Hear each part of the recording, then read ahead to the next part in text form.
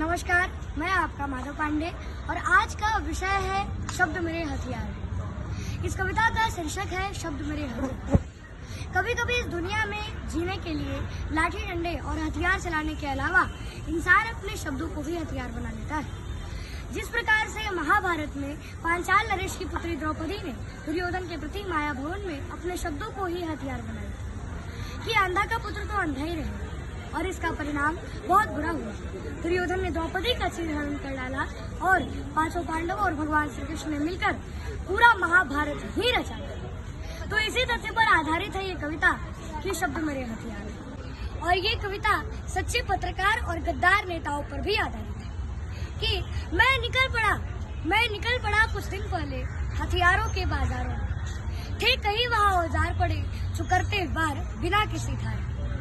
सौदागर ने सोचा कि कैसे मेरा मन बहलाया जाए। मुझे ऐसे शस्त्रों की चाल थी जो पल में रक्त प्रवाह ले। वो बोला कि तू चल साथ में, एक नई चीज सिखलाता हूँ।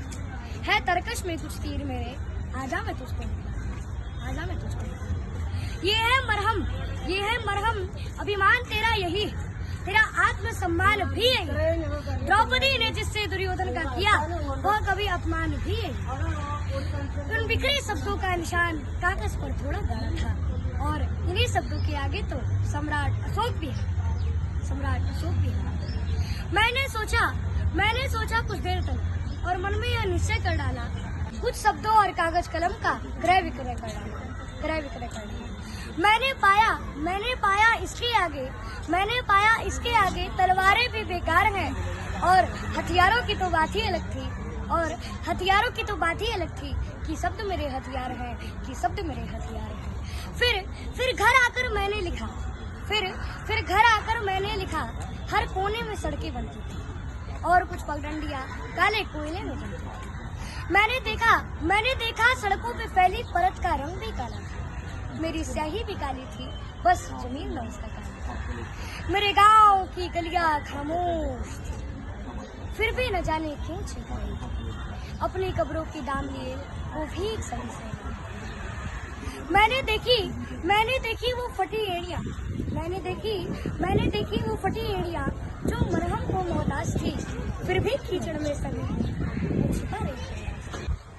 कृषक यहाँ सूली पर लटका था और मजे में साहूकार थे। मैं क्या करता, केवल लिख ही सकता था कि शब्द मेरे हथियार हैं।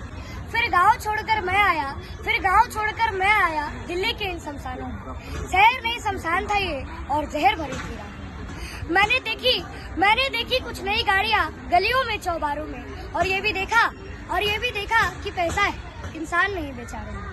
तकनीकी ने घेर लिया है इनको अपने पासों में। शायद थोड़ी ही जान बची थी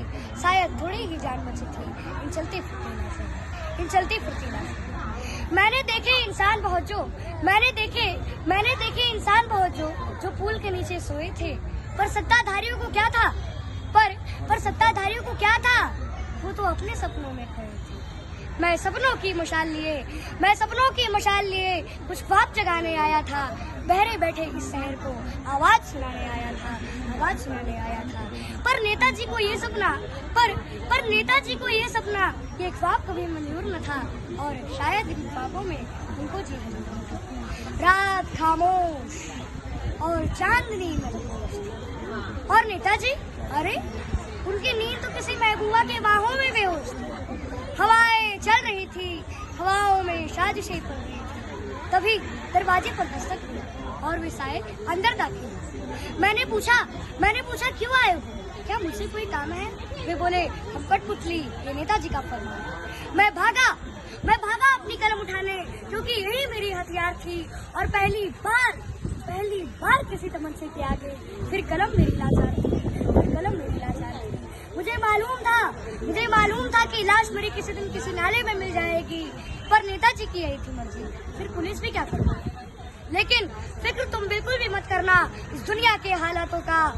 बारिश हर वक्त नहीं आती, वो आती है तब जब मौसम हो बरसातों का। तुम भी लिखना इन नेताओं पे। अरे क्यों कातिल ये नेता गद्दार हैं? अरे इन गद्दारों से क्या डरना, जब शब्द तेरे हथियार हैं। और जब शब्द मेरे हथियार है, जब शब्द तेरे हथियार है और जब शब्द मेरे हथियार है। जय हिंद, जय भारत, वंदे मातरम।